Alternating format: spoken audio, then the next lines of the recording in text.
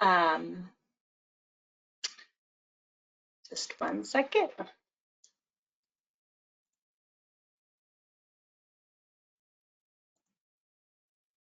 All right.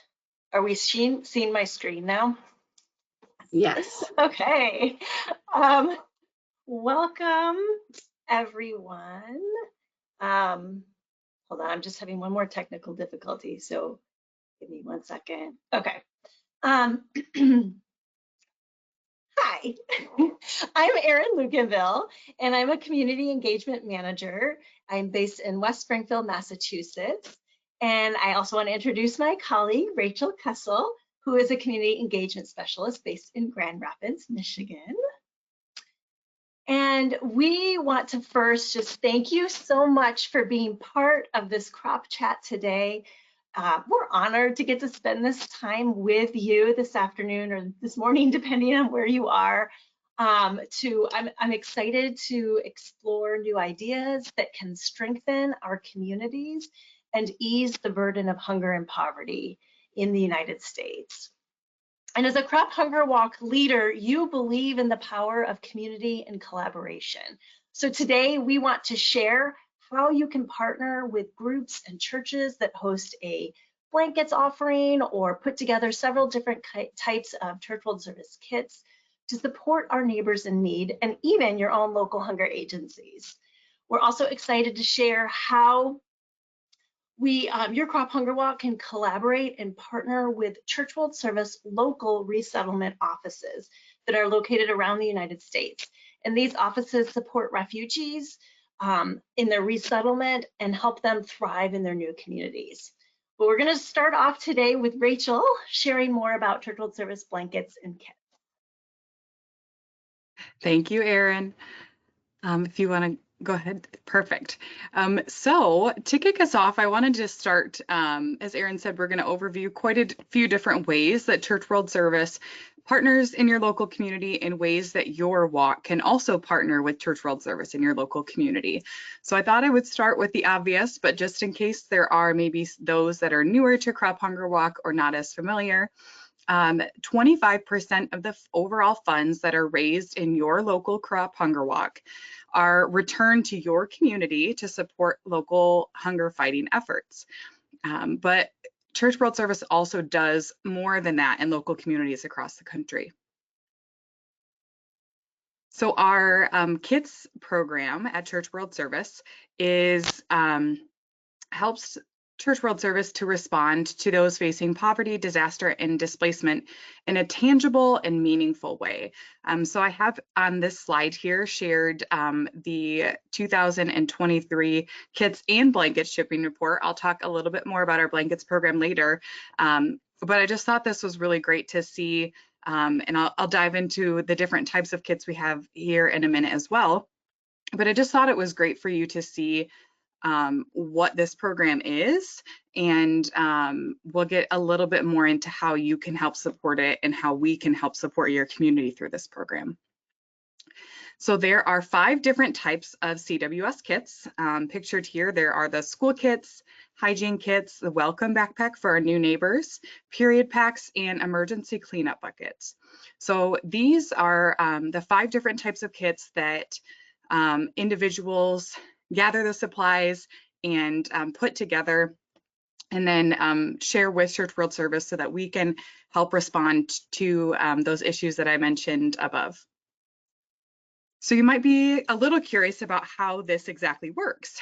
So you can either, to assemble these CWS kits, you can gather these materials. So you can ask for donations, ask for funds for them, and then purchase them. It really gives a little bit of freedom in how you gather these supplies, but we really recommend that you ask for these specific items to be donated. And something that I wanted to highlight as part of this step is that CWS has something new called CWS Kits Party Packs. So you can order the supplies for a hygiene kit and a period pack. So those two kits specifically, this program applies to, you can order them from Church World Service, and we will ship you the materials in a box, and that also includes the shipping cost. And then you can send those kits back to Church World Service as well. So I will actually put a link in the chat here right now to the website on how, let me make sure, perfect, it's going to everybody, and how you can order these kits. So first we'll talk about assembling the kits. So there's the link there. And then here will be the link to the CWS party packs. And we'll be sure to send these links out when we send out the recording as well. So the next step in assembling these CWS kits is to host a packing party. Make it fun, order pizza, have some snacks, ask people to bring some food items or different drinks, and just really make the most of it. And you can have people stationed at different spots to assemble these kits and put them together. So these could be any of the 5 kits, not just the 2 that are pictured here in the slide. And then you can either drop the kits off once they're assembled at a local depot, which there is a list on our kits website on where those depots are located. If you see that there's not a depot near you, and that's a way that you might be interested in helping partner with Church World Service, there is opportunity to open different depots. So reach out to your community engagement specialist for more information on that. Or you can also, as I mentioned before, ship these to Church World Service. So I wanted to share a few examples of how crop hunger walks have partnered with Church World Service through this KITS program. So the Greater Lansing Crop Hunger Walk, which is located in Lansing, Michigan, not too far from where I am, the past few years has assembled school kits the day of their walk.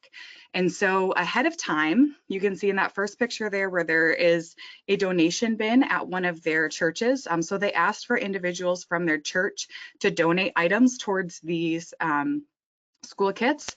And then you'll see that next picture, they actually had a church group that has a sewing circle, and they assembled and sewed all of these bags together.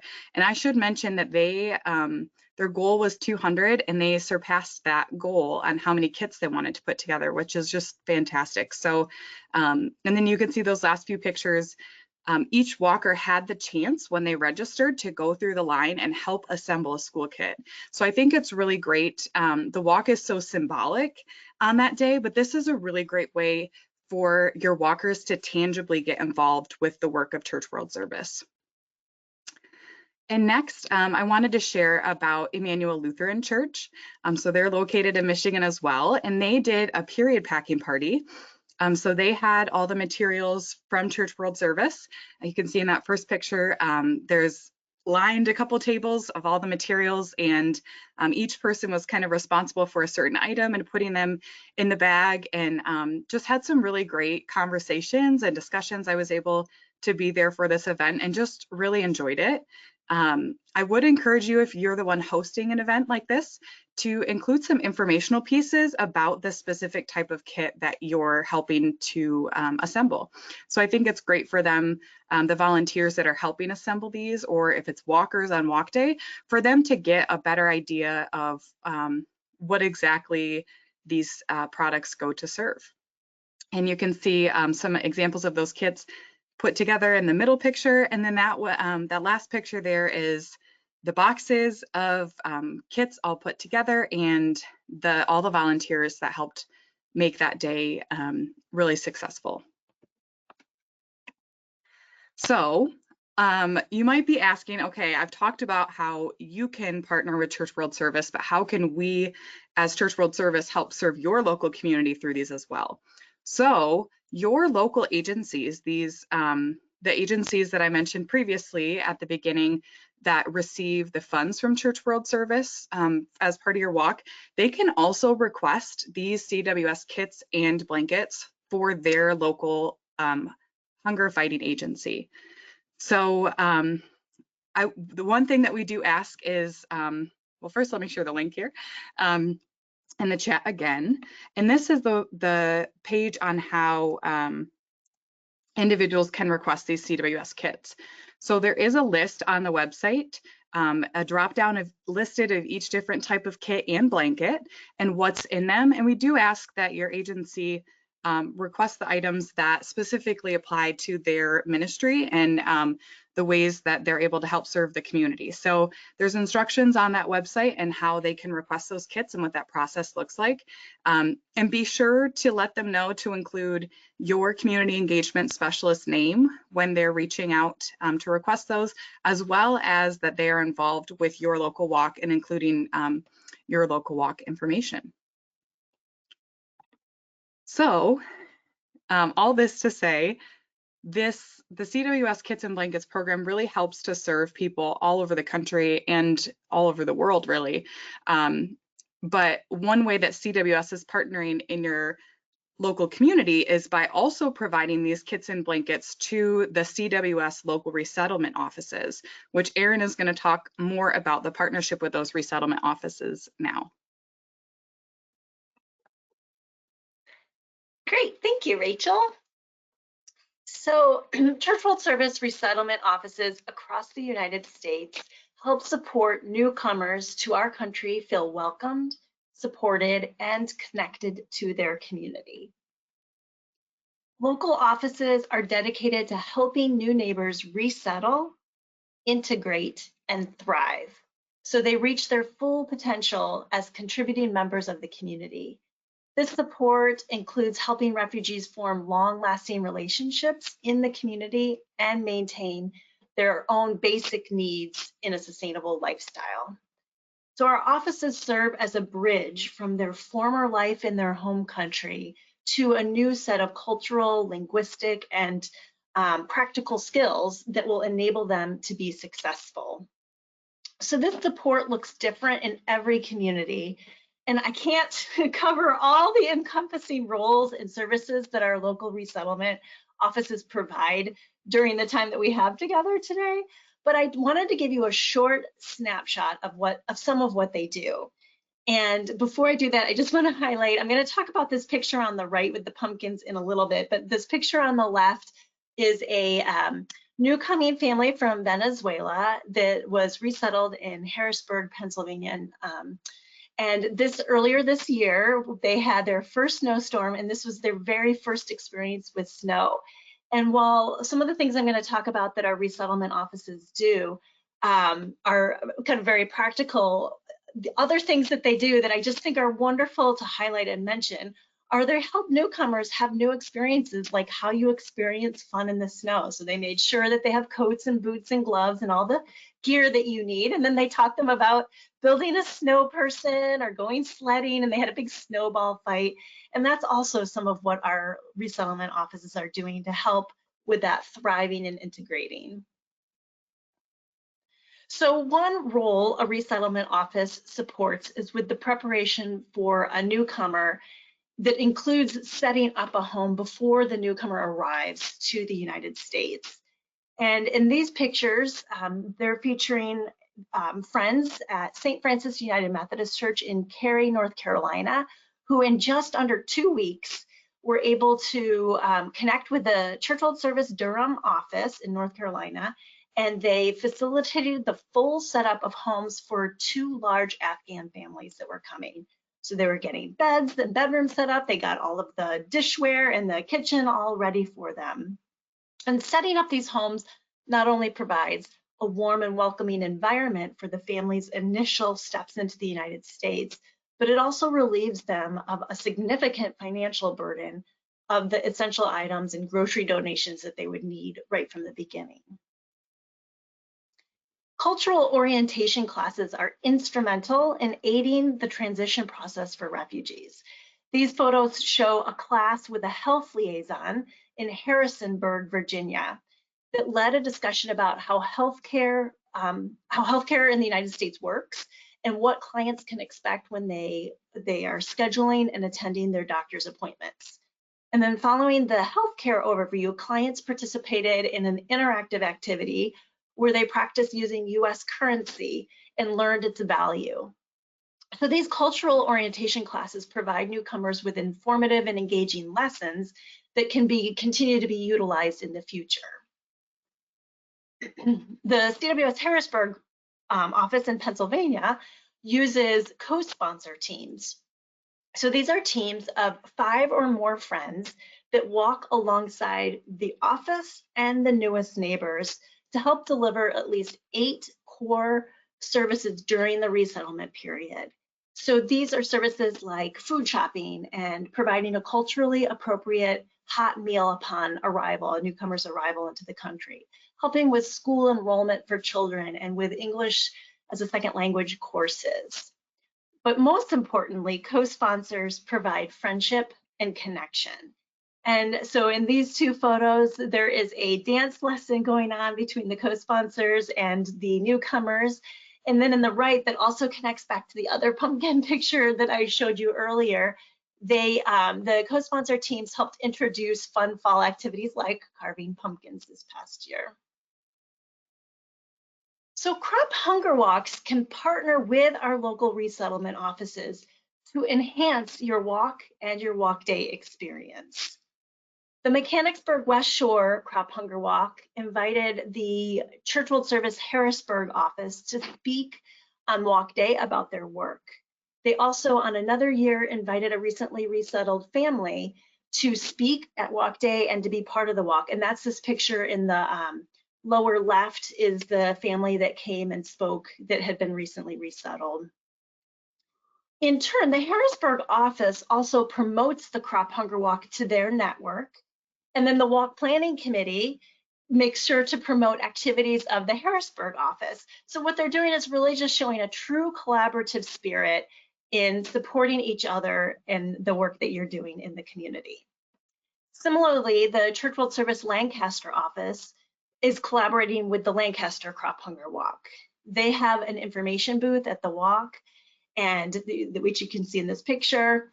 They usually provide a few words at the start of the walk, and they had their own office participate in the Crop Hunger Walk. So the Lancaster office was part of the Crop Hunger Walk. They also started holding their team rally at the Lancaster office. You can see that in this picture here. And that way staff could share words at the rally about their work, but also it brought in volunteers that are specific to working with the Lancaster office, started participating in the Crop Hunger Walk as well. So again, showing collaborative spirit. Similarly to holding a kits collection as part of your walk day, the Indianapolis Crop Hunger Walk held a coat drive as part of their walk day experience, collecting coats for the CWS Indianapolis office to ensure that newcomers had the winter gear they needed this year. As part of this collaboration, the director, who is in this photo on the left, she went and spoke in congregations prior to the walk as a way to support the Crop Hunger Walk and their support of the coat drive during their walk. Central Ohio Crop Hunger Walk also had their affiliate resettlement agency and a local Church World Service advocacy staff person present at their impact fair. This is an event that they hold where all the local agencies that are part of the walk have informational booths and other activities. So you can see this booth here of the resettlement agency that supported that Crop Hunger Walk.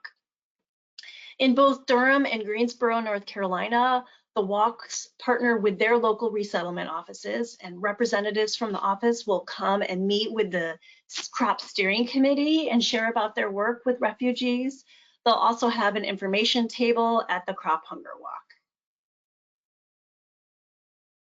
We have both direct Church World Service resettlement offices and what we call our affiliate partners. So just like with our development work, as we work on hunger and poverty across the world, we often partner with local agencies that are doing the work. We partner with local agencies here in the United States that are helping with resettlement. So sometimes there's a direct Church World Service office, and sometimes it's an affiliate partner that we are supporting.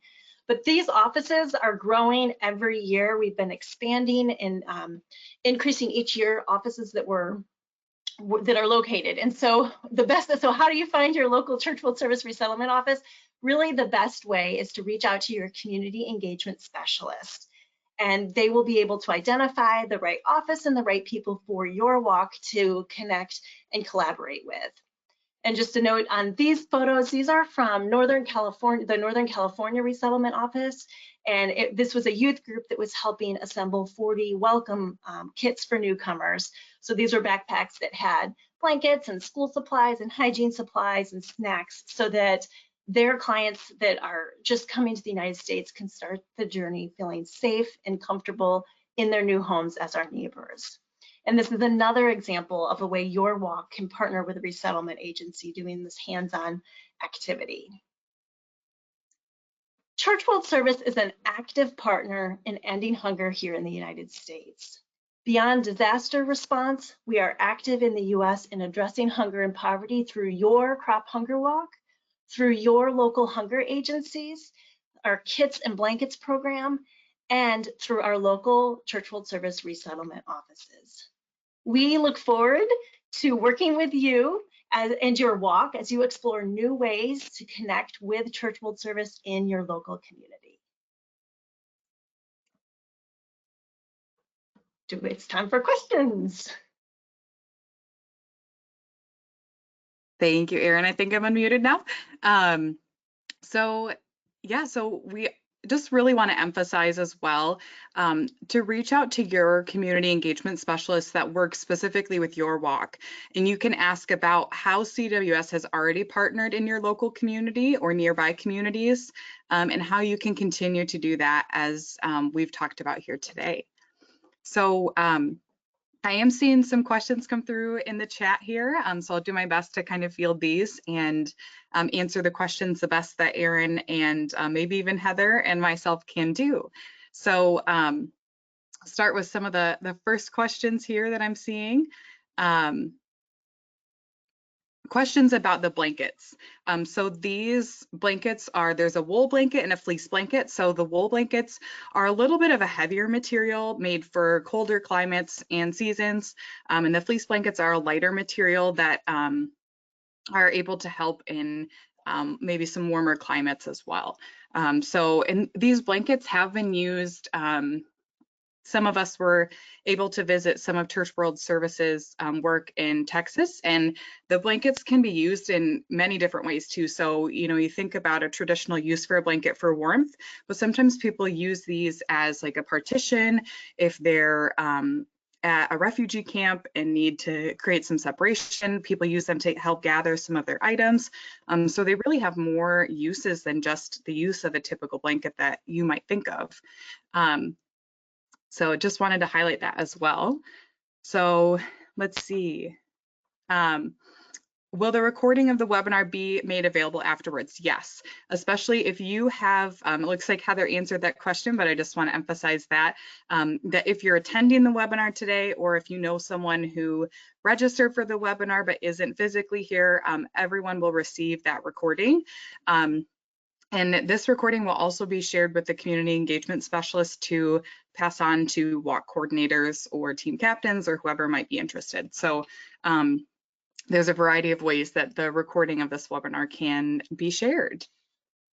Rachel, I've answered a lot of them because they were very specific, like maybe not exactly questions to answer on the call. But if you scan to the bottom, there are a couple that you could answer. Great. Yeah, and I was just going to say I did see some specific walk questions relating to a specific area. And as Heather said, just want to reiterate, would encourage you to reach out to your local community engagement staff person with Church World Service to learn more about how CWS is partnering in your local community. Let's see, I'm scrolling a little too fast here. Well, is there a cost to local agencies that request blankets or kits? So Erin, do you want to answer this one? Would you have an answer to that? Can you read it one more time? Is there a cost to, can you just tell me one more time? Is there a cost to the local agencies that request blankets or kits? So if an No, I'm not aware that there is a cost. This is something that Church World Service is a way we can support your local hunger agency. I think that partnership matters, and so if they're receiving kits, then that would be just to make sure they're also supporting your Crop Hunger Walk. They're promoting the walk through their network, things like that. But I'm not aware that there's a cost. Yeah, that's what I thought as well, that typically there is no cost for the agencies to receive this. One thing to note though is if you are interested in putting together kits or hosting a blanket offering, there is the option for your group to help sponsor some of the cost that comes along with shipping. So you can send a separate check or donation to Church World Service to help cover the shipping cost as well. But that does not reflect to the local agency if you don't choose to do that.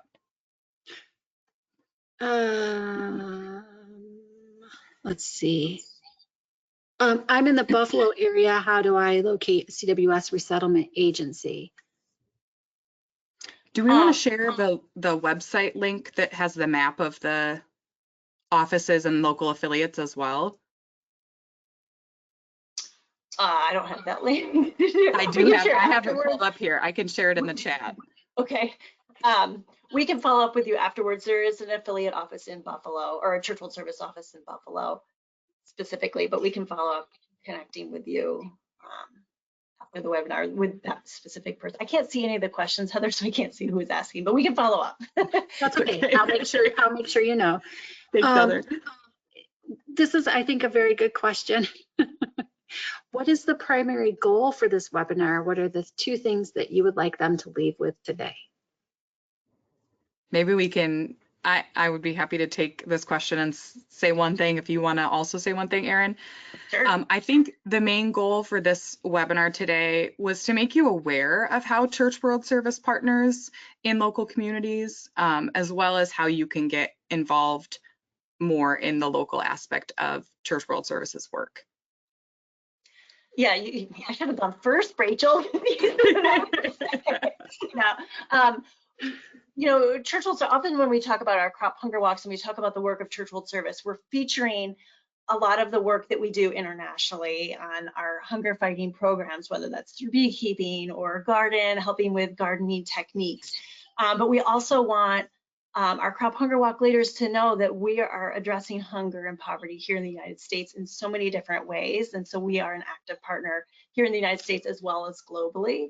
So that's one. And then to help you think of ways for your Crop Hunger Walk to continue to collaborate with agencies and with ways to bring domestic hunger to the forefront. We hear from our walkers that that's a really important issue for them, is that they're making an impact on hunger both locally, not just abroad, but locally and abroad. And so these types of collaborations, bringing on a hands-on kit activity or collaborating with your resettlement office to find ways to support each other, are ways of continuing to highlight that for your walkers that are part of the walk.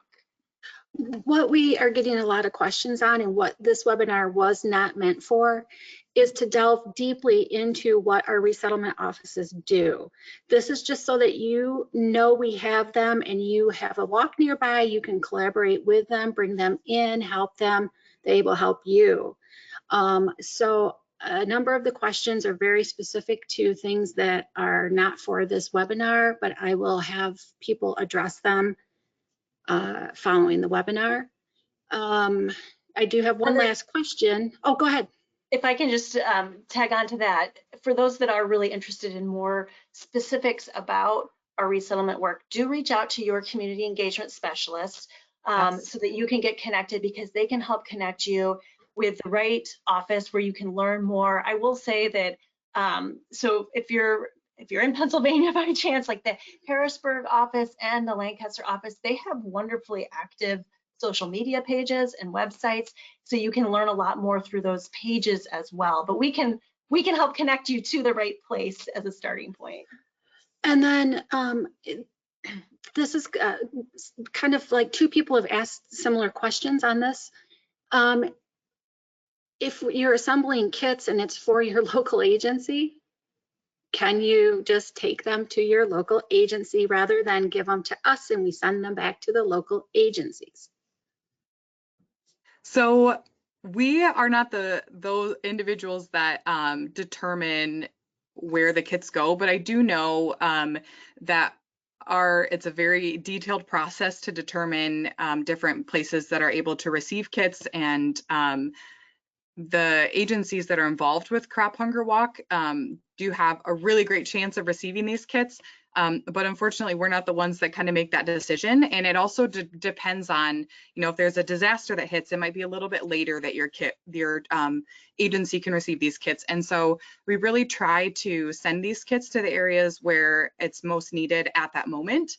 And so we definitely want to partner with your local agencies, but just would encourage you to trust that process and that decision making as much as that can.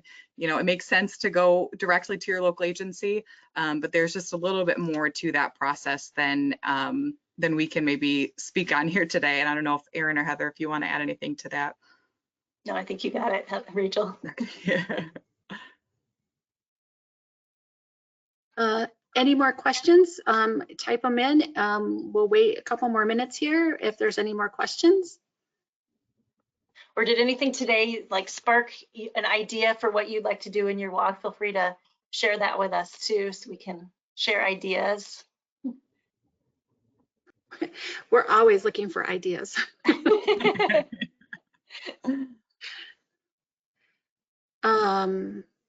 Do we partner with MCC? What is MCC, Robert?